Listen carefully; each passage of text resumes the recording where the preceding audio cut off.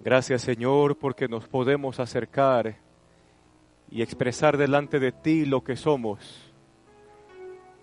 no escondiendo nuestra vulnerabilidad ni tampoco nuestro dolor.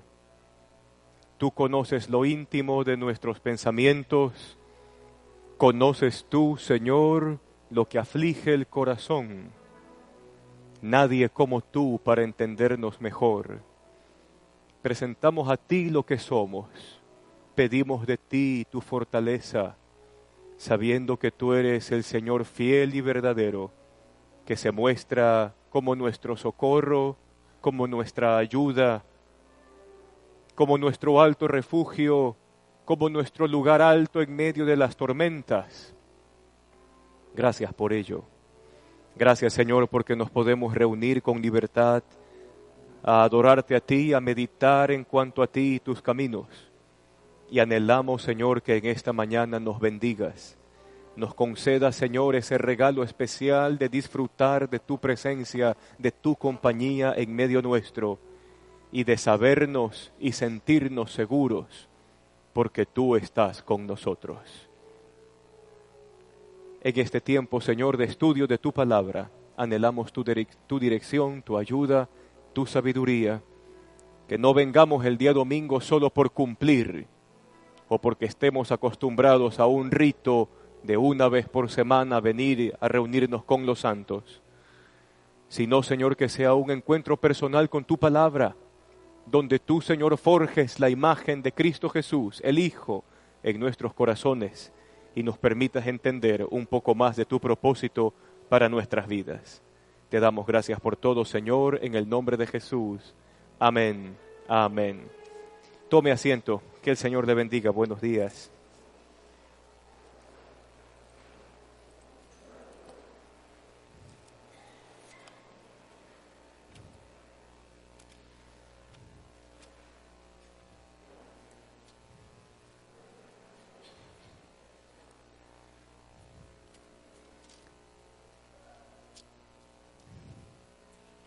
Hoy tenemos que revisar, y que el Señor nos ayude a hacer eso, todo el capítulo 25 de Hechos. Nosotros ya estamos terminando este libro que anhelamos que haya sido de bendición para usted. Y probablemente si usted ya se adelantó a la lectura, pareciese que el capítulo 25 más es un capítulo narrativo y que no tenga mucho que enseñar o mucho que decir. Pero, hay muchas cosas allí que se da entre esta interacción del apóstol Pablo con las autoridades con quien él tiene que tratar. Y vamos a tratar de, en esta mañana, adentrarnos un poco en ese mundo legal, en ese mundo del Imperio Romano, como para poder ver cuáles son los valores que el apóstol Pablo trabaja en sus intervenciones y que también serían saludables que nosotros los apliquemos. Entonces, antes de ir a Hechos 25, le sugiero que ponga el sobre, el boletín o la cinta de su Biblia en el pasaje y me acompañe a un texto que quizás usted diga que no tiene mucho que ver con esto, pero que es interesante. Isaías en el capítulo 6. Como para que nos dé un marco referencial de por qué Pablo hace lo que hace. Isaías en el capítulo 6, vamos a leer desde el verso 1 en adelante. Acompáñeme por favor en la lectura. Dice así: el año de la muerte del rey Usías, Isaías tiene una visión. Vi al Señor, excelso y sublime, sentado en un trono. Las orlas de su manto llenaban el templo. Por encima de él había serafines, cada uno de los cuales tenía 6 alas. Con 2 de ellas se cubrían el rostro, con 2 se cubrían los pies, con 2 volaban, y se decían el uno al otro: Santo, Santo, Santo es el Señor Todopoderoso, toda la tierra está llena de su gloria. Verso 4, continúa esta visión. Al sonido de sus voces se estremecieron los umbrales de las puertas y el templo se llenó de humo. Entonces grité: ¡ay de mí que estoy perdido! Soy un hombre de labios impuros y vivo en medio de un pueblo de labios blasfemos. y no obstante, mis ojos han visto al Rey, al Señor Todopoderoso. En ese momento voló hacia mí uno de los serafines y traía en la mano una brasa que con unas tenazas había tomado del altar, y con ella me tocó los labios y me dijo: mira, esto ha tocado tus labios, tu maldad ha sido borrada y tu pecado perdonado. Entonces oí la voz del Señor que decía: ¿a quién enviaré? ¿Quién irá por nosotros? Y respondí: aquí estoy, envíame a mí. ¿Y por qué hacemos esta lectura? Vamos conversando, y mientras conversamos, por si acaso, si usted desea una Biblia, puede levantar su mano y mis hermanos se van a encargar de hacerle llegar una. Mantenga su mano en alto, por favor, hasta que mis amigos se puedan acercar donde usted está y le provea una Biblia. Bien, ¿por qué tenemos que conversar de este asunto? Isaías 6 a nosotros nos plantea una forma interesante de cómo Dios establece la misión para cada persona. Hoy estamos tan en boga de métodos administrativos para la vida personal, para las organizaciones, y una de las cosas que se dan es el manifiesto de visión y misión en la vida. En todo caso, si quisiésemos acercarnos al texto bíblico bajo esa perspectiva, bueno, pues, ¿cómo comienza la misión de Dios para usted y para mí? Isaías 6 nos deja ver algo interesante. Número 1, es Dios quien llama. Número 2, es Dios quien santifica. Y esta es, digamos, el meollo del capítulo 6. Cómo Isaías es escogido y cómo Isaías es santificado. En este lenguaje visionario que se maneja en el capítulo 6, nosotros podemos ver cosas como estos seres angelicales que en la visión se muestran son, ¿cómo? ¿Cómo se llaman estos seres angelicales? Son serafines. Lo interesante de la palabrita en los rollos que están en hebreo de este pasaje, serafines hablan de unos seres de fuego. Son seres serpenteantes de fuego, en constante movimiento, son dinámicos. Ahora, ¿qué es lo que llama la atención? Estos seres de fuego tienen que tomar con tenazas. O sea, parece que van a tocar algo más candente o más elevado en temperatura de lo que ellos son. Es propio del lenguaje visionario esto de aquí. Se tienen que ayudar de tenazas para tomar carbones que habla de la presencia del Señor. Y con eso Isaías es santificado. Ahora mire la expresión de Isaías. Isaías es tomado del pueblo, del mundo, es sacado de allí, es santificado por Dios, y una vez que Dios lo santifica, ¿qué hace el Señor con la vida de él? ¿A quién enviaré? ¿Quién irá por nosotros? Entonces, hay un principio allí. Dios nos perdona, Dios nos redime, Dios nos salva, Dios nos santifica con su santidad, con una única misión: volvernos y colocarnos en el mundo. Pero ya no como alguien que pertenece al mundo, sino que es diferente al mundo. Uno de los propósitos de la santificación personal, y asumimos que usted como creyente anhela la santidad.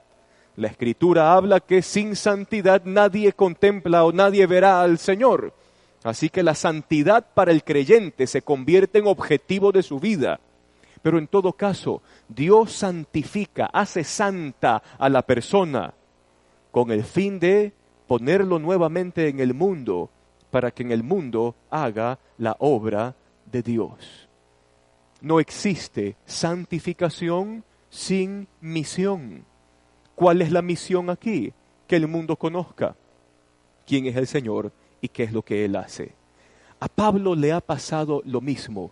El Señor se le aparece, el Señor lo escoge, el Señor lo perdona, le santifica con un único fin. ¿Cuál es? Enviarlo al mundo.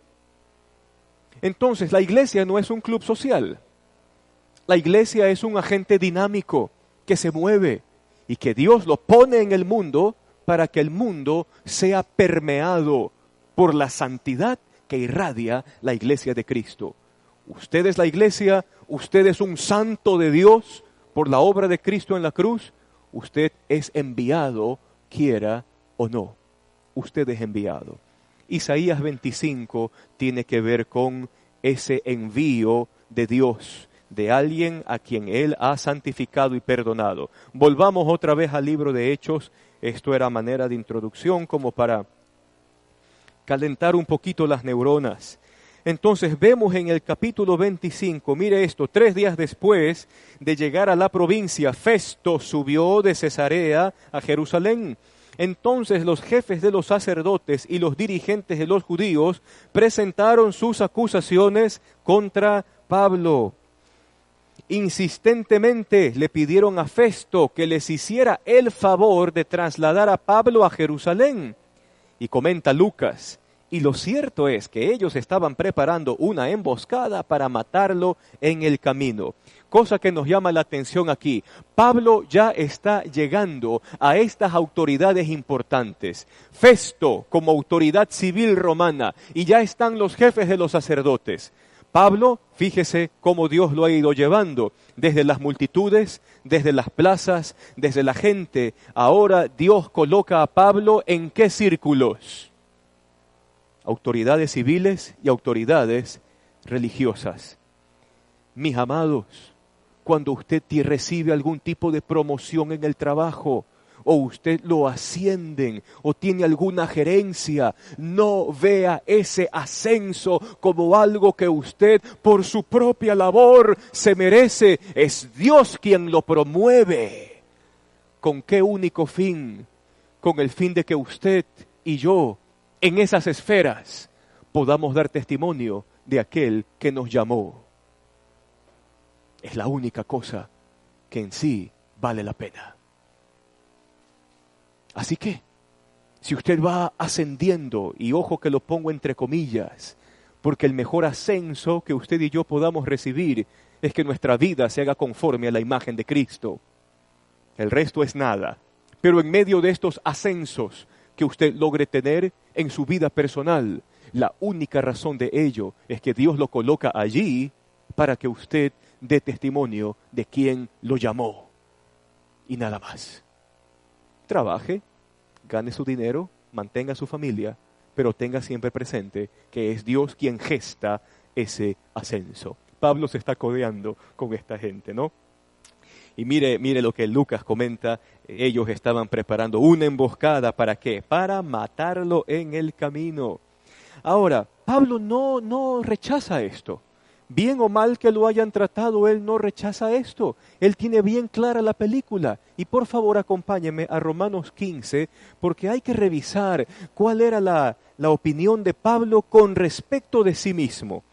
Romanos capítulo 15.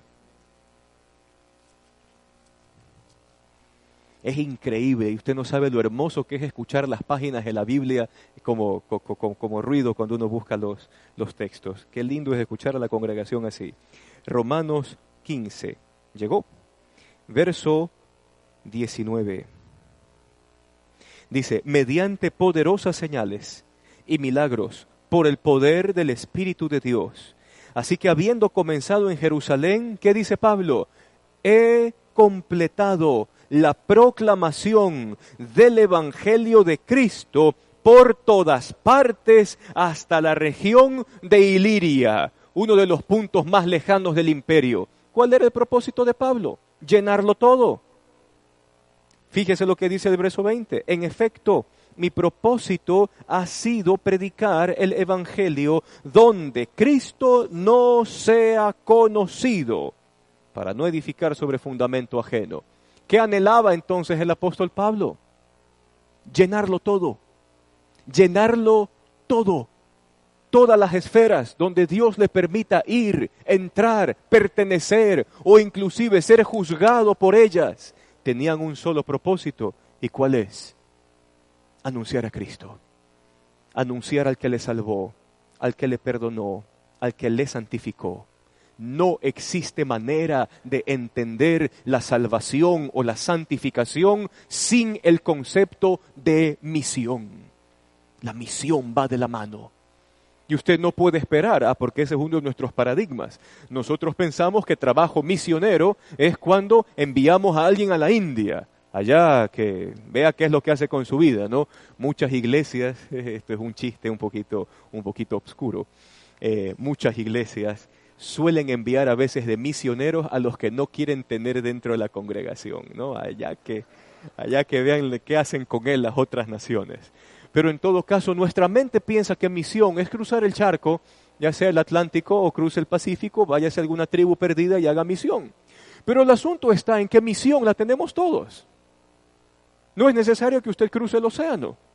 Le recomiendo algo, misión es cuando usted cruza el río y se va para Guayaquil o viene para acá. Y usted tiene una misión que cumplir. Para algo Dios lo santificó, para que usted sea parte de la misión. Si quiere verse a sí mismo, usted es un misionero local. Lo acepte o no. Y ya vamos a ver por qué. Pablo quiere llenarlo todo, se ha esforzado por ello. Vamos más adelante, volvamos otra vez al libro de los Hechos, en el capítulo 25. A Pablo no le interesan los planes maliciosos. Y eso es algo que nos llama la atención de él. Porque por lo general cuando viene una persona y toca nuestros derechos civiles, y esto es algo interesante de nuestra sociedad, a nuestra sociedad le encantan los derechos, pero le huyen a las obligaciones. No sé qué nos hicieron en el chip, pero eso es algo que tenemos. Amamos nuestros derechos, pero dejamos a un lado nuestras obligaciones. Y en este caso, nosotros tenemos responsabilidades para con Dios.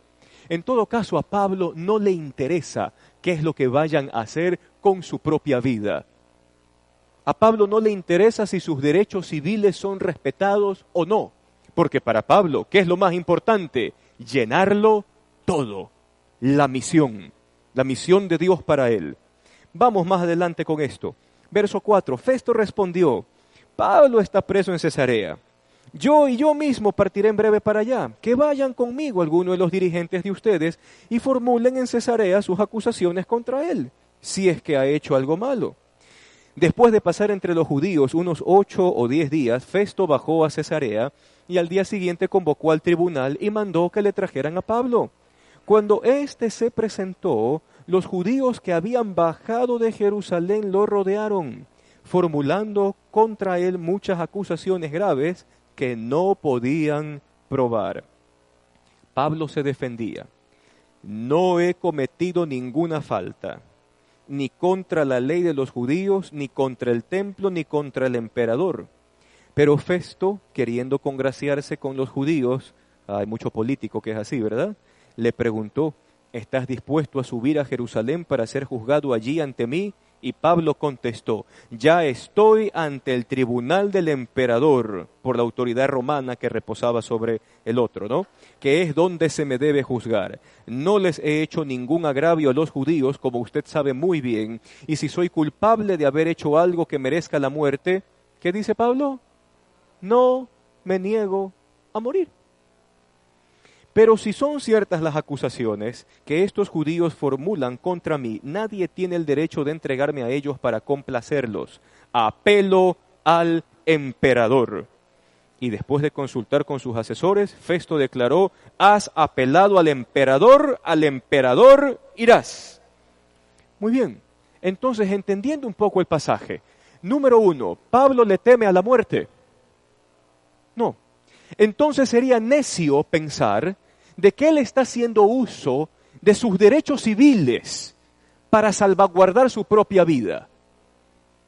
Alguien que no le teme a la muerte no va a hacer un trabajo por debajo de la mesa como para seguir viviendo.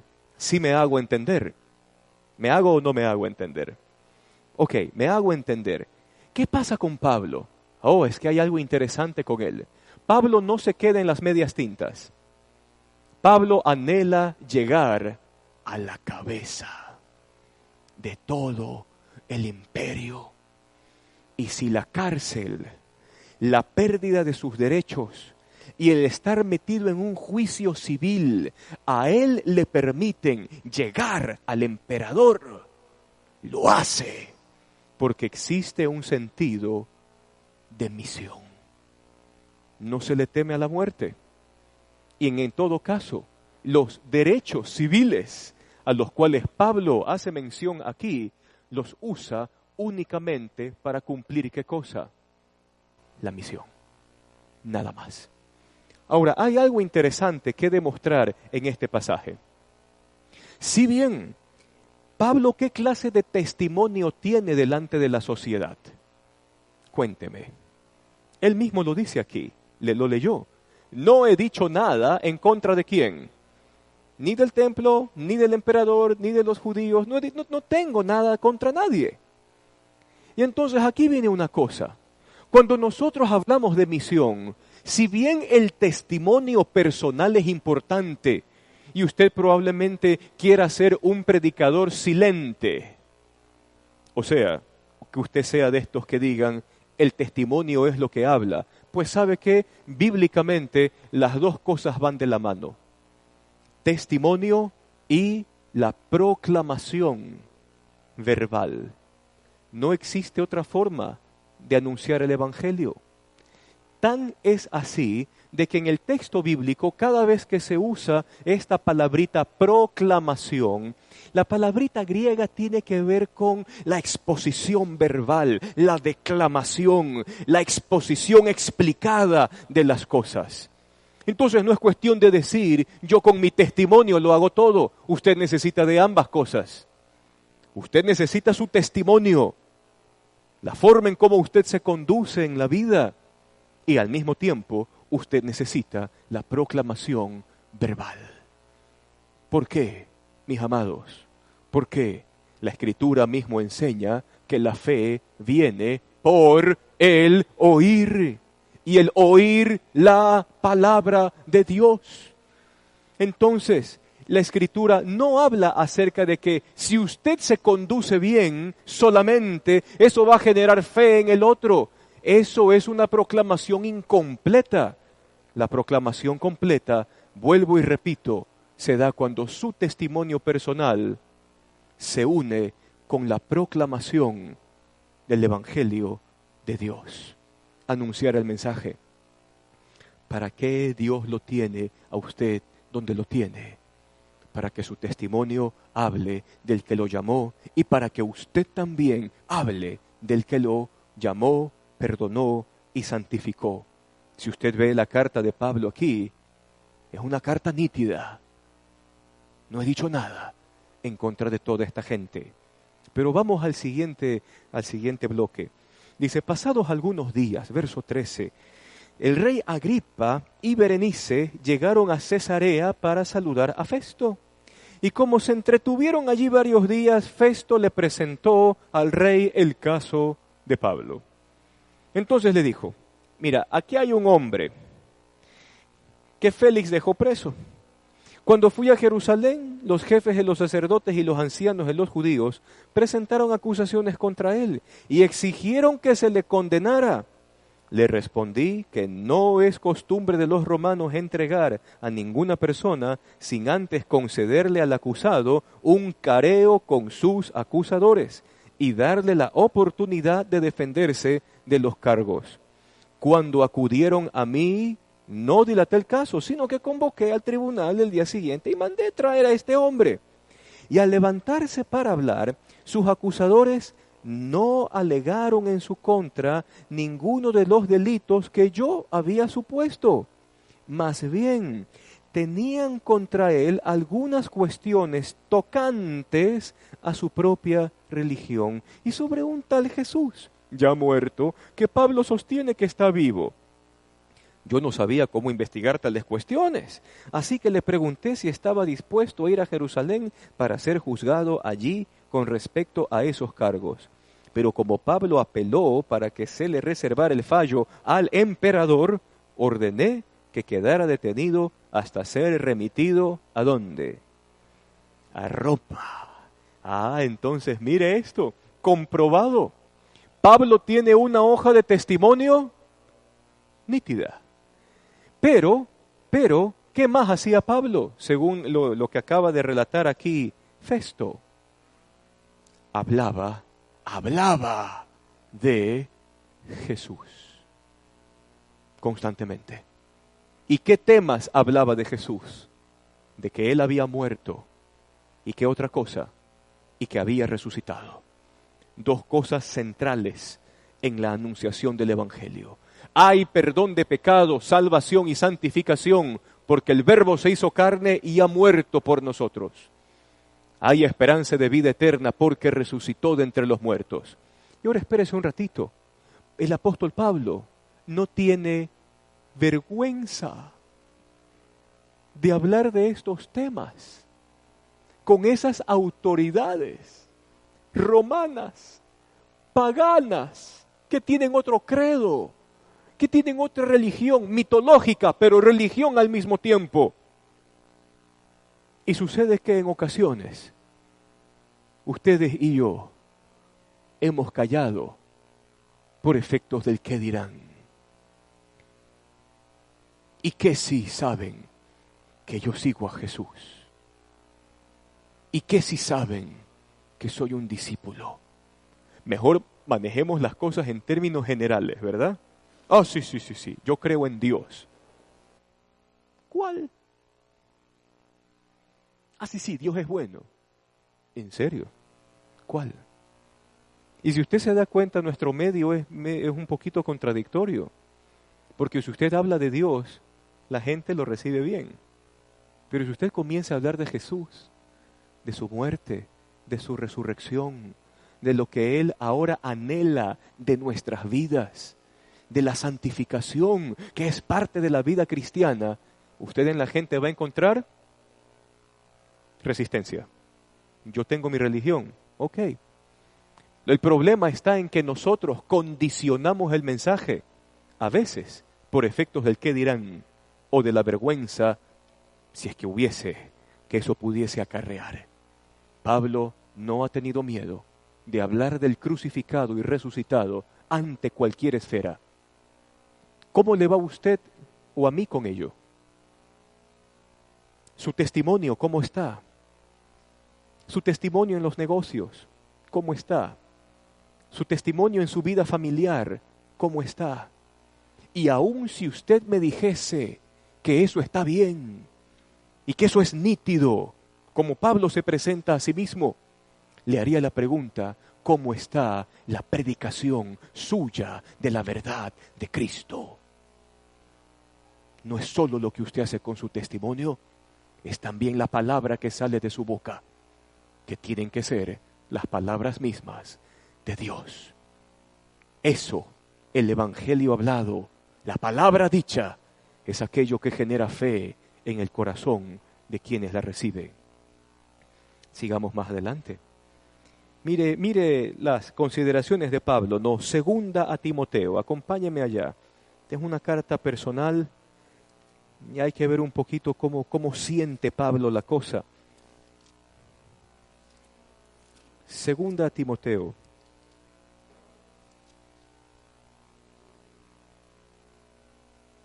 Capítulo 1. Leamos verso 11 y verso 12. ¿Qué dice allí este apóstol? Y por cierto, cuando ya Pablo escribe segunda a Timoteo, ya sabe que se va a morir.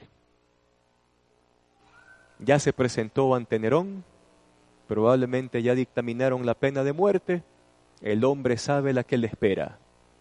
¿Qué dice el texto? De este evangelio he sido yo designado heraldo, apóstol y maestro.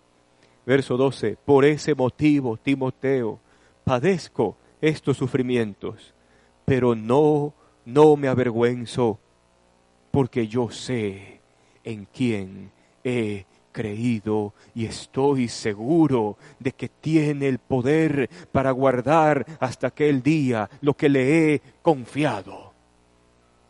¡Qué declaración más firme! Yo sé en quién he creído. La confianza que trasciende el riesgo de morir. La seguridad que atraviesa el peligro inminente. Mi amigo, es que si usted no está dispuesto a morir por la causa del Señor, es probable que usted no se haya topado con el Señor verdaderamente. Quien se topa con el Señor verdaderamente le es fiel hasta el final. Aun cuando la violencia, aun cuando las leyes estén en contra, sabemos en quién confiamos. Y Pablo está seguro de ello. Mire usted las palabras de este Pablo para su discípulo Timoteo. ¿Por qué habrá hecho esto Pablo?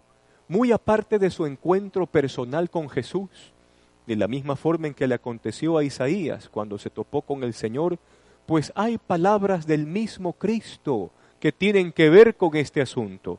Marcos, en el capítulo 8, verso 35. Probablemente usted se lo sepa, pero no importa, vamos a revisarlo. Marcos 8, 35. Leamos por favor desde el verso 34. Mire las palabras del Señor. Entonces llamó a la multitud y a sus discípulos. Y mire estas palabras. Si alguien quiere ser mi discípulo, les dijo Jesús, que se niegue a sí mismo, que lleve su cruz y me siga. Porque el que quiera salvar su vida, la perderá. Pero el que pierda su vida por mi causa y por el Evangelio, que dice allí al final, la salvará. 36. Pues ¿de qué sirve ganar el mundo entero si se pierde la vida o si se pierde el alma? ¿O qué se puede dar a cambio de la vida? 38. Si alguien se avergüenza de mí y de mis palabras, en medio de esta generación adúltera y pecadora, también el Hijo del Hombre se avergonzará de él cuando venga en la gloria de su Padre con los santos ángeles. Entonces sucede que el asunto de la proclamación del Evangelio tiene que ver también con los tiempos del fin. ¿Por qué Pablo puede mantenerse firme frente a las acusaciones, frente a las autoridades, frente a los magistrados? Porque sabe que va a llegar el día en que va a estar delante del Señor. Y una de las cosas que el Señor tratará en ese día es si usted y yo nos avergonzamos de Él mientras vivimos aquí. Pablo no se avergüenza entonces. Él no anhela el aplauso de la gente. Él no anhela que los magistrados piensen bien de él. Él no anhela que la multitud lo tenga como alguien chévere. Él solo anhela una cosa, que el Cristo no se avergüence de él en el día postrero. Pero sigamos con el relato. Entonces ya podríamos entender un poco por qué Pablo tiene esta actitud tan firme y tan determinante con respecto a la misión. Vamos más adelante. Llegar al emperador es vital. Allí nos quedábamos. ¿Se acuerda de aquella enseñanza que tuvimos domingos atrás cuando aún estábamos en el Harvest School? Llegar a Roma significaba llegar al corazón del imperio. Y si el Evangelio llegaba a Roma, pues era fácil de que la buena noticia comience a correr por todo el imperio. Llegar al centro de poder era necesario. Verso 23. Al día siguiente, Agripa y Berenice, esto es típico de los romanos, nosotros también a veces somos así, se presentaron con gran pompa y entraron en la sala de la audiencia acompañados por oficiales de alto rango y por las personalidades más distinguidas de la ciudad. Festo mandó que le trajeran a Pablo. Ahora esto es interesante, ¿no? Más parece este texto que fuese un momento como para avergonzarlo. Y era propio de los romanos. Los romanos, si se querían divertir, agarraban por ahí a 2 esclavos, les daban espadas, a ver, mátense, uno sale vivo. ¿Ya? O si no, contrataban a bailarines exóticos que los vayan a divertir. En este caso, por la forma en cómo la narrativa va, pareciese que Pablo iba a ser el centro de burla de ellos. En medio de una fiesta con gran pompa, están sacando a alguien que está encadenado o preso, o que está en un proceso judicial. Dice allí, Y dijo, verso 24, Rey Agripa y todos los presentes, ahí tienen a este hombre. Todo el pueblo judío me ha presentado una demanda contra él, tanto en Jerusalén como aquí en Cesarea, pidiendo a gritos su muerte. He llegado a la conclusión de que él no ha hecho nada que merezca la muerte, pero como apeló al emperador, he decidido enviarlo a Roma. El problema es que no tengo definido nada que escribir al soberano acerca de él. Y por eso lo he hecho comparecer ante ustedes, y especialmente delante de ustedes, Rey Agripa, para que como resultado de esta investigación tenga yo algunos datos para mi carta. Me parece absurdo enviar un preso sin especificar los cargos contra él.